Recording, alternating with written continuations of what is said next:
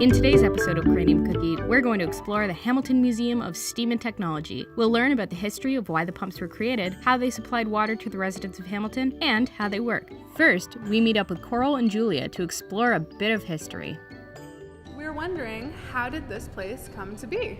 Okay, so this museum originally was Hamilton's first water pumping station, and we started pumping water in 1859. But to know the reason why we were built, you have to go even further back in time till 1854. So what happened in Hamilton that summer is that we actually had an outbreak of cholera, which actually traveled over here from Europe with immigrants.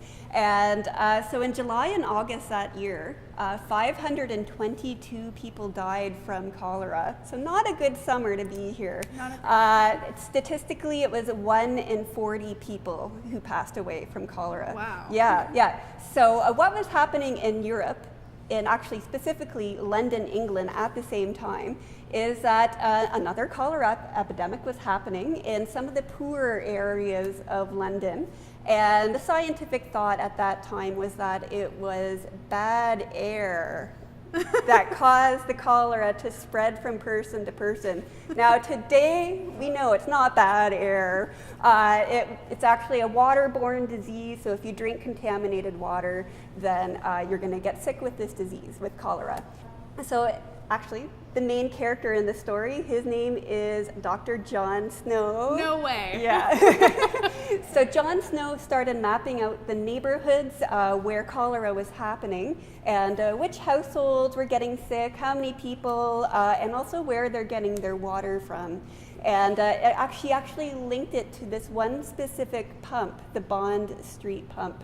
So the Bond Street pump was actually closed down eventually. A lot of people said Dr. John Snow is a complete quack who didn't know what he was talking about. But once they closed that pump, the cholera epidemic ended. So he was the hero. He was the hero. So we were actually built because of this newer scientific knowledge that it was contaminated drinking water.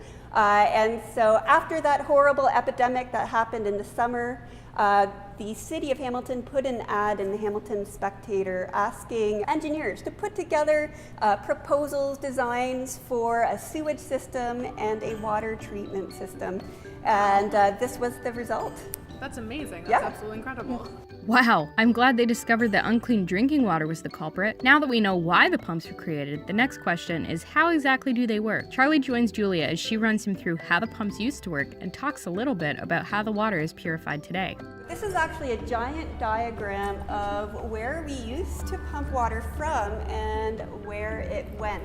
So Hamilton got running water in 1859, and at that point we believe Hamilton was the 7th city in Canada for running water, which is pretty cool. So Lake Ontario actually is just right over there. So here we have Lake Ontario, that's our source of water. Now they did not quite understand about germs, bacteria, water treatment quite yet, but they knew you don't want to turn on your tap in your house and have a little dead fish come out. That's bad. So they built up a big pile of sand to filter all the stuff out of the water. So the water comes through, but the fish and the plants and the rocks stay there. Wait, so the only barrier originally was sand. Yes, but sand does do some cleaning and filtration as well, so it was good for that. So then there was a pond here called the infiltration basin, and that's just a clean, still water waiting to come to our pump house, which is this building right here.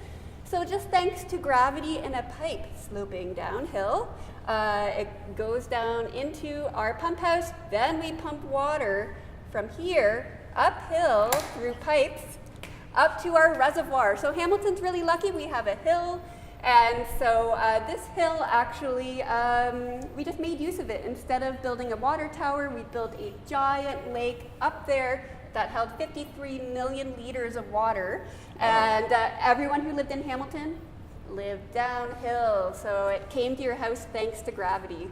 Oh, cool. Tell me about how water is filtered out now, because it's not just sand, right? It is not. They do have physical filters that are really good for keeping out things like garbage floating in the water, zebra mussels, you don't want those in.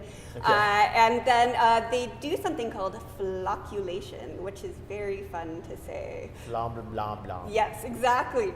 So flocculation basically is they add a chemical called polyaluminum carbonate, or PAC. You could call it PAC for short.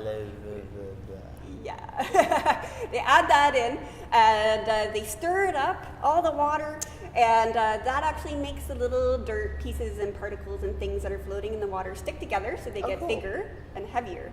And then it goes into a sedimentation tank, which is basically like our infiltration basin. And it's just still water, and so those really thick, they're called flocks, those pieces of junk, the flocks. Hence flocculation. Yeah. Sinks down to the bottom.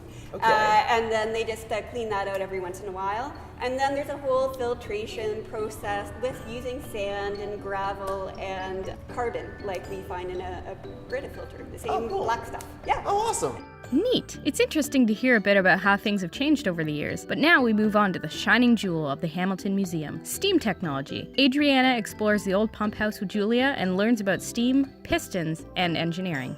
Okay, well, tell me more. I have no idea other than like steampunk and like I should be wearing goggles right now or something. Not so much. Okay, let me know everything. All right, so we're standing next to the steam cylinders, and so this is actually where the steam goes, and it lets the engine move around. Okay. So if we had X-ray vision, you would see the piston, which is inside each of these cylinders here. Okay. And we want to actually move the piston up and down. That's our goal right here. And that's going to make the entire engine move. Cool.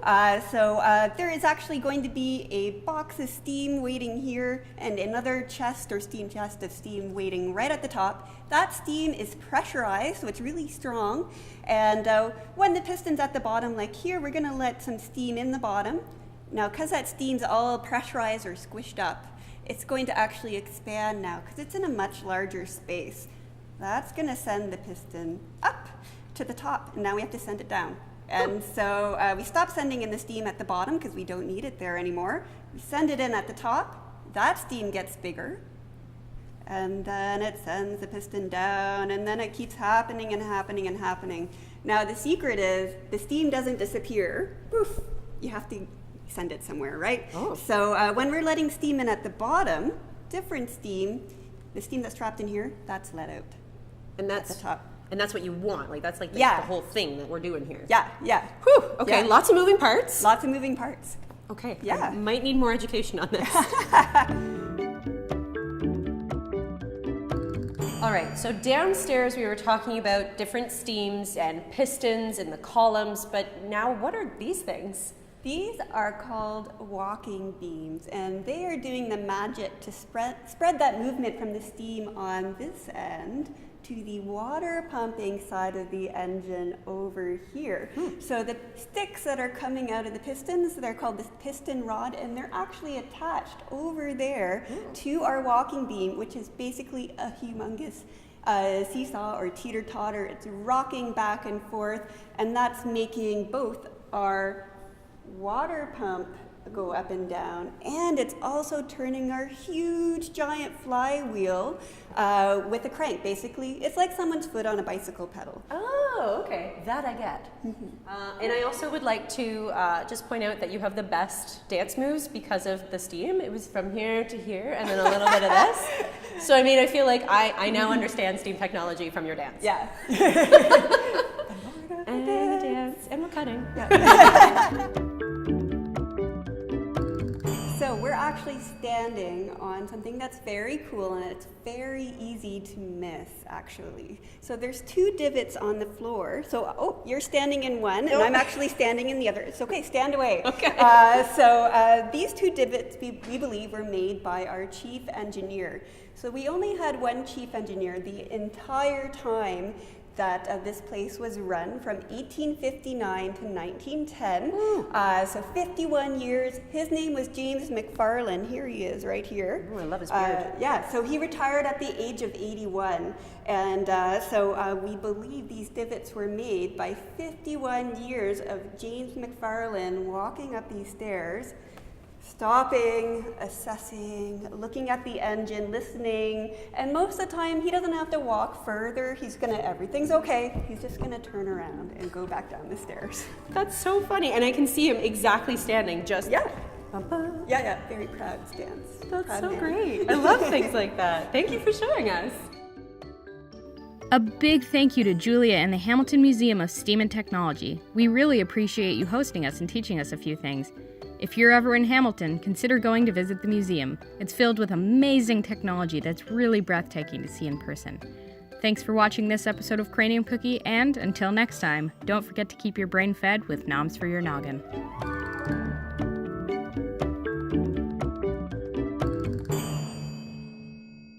Thanks for watching, Cookies. And remember, you can always watch the next episode over here. You can subscribe over here. And this one is a secret link to I don't know where. So it's only for the most adventurous of cookies. You should click that.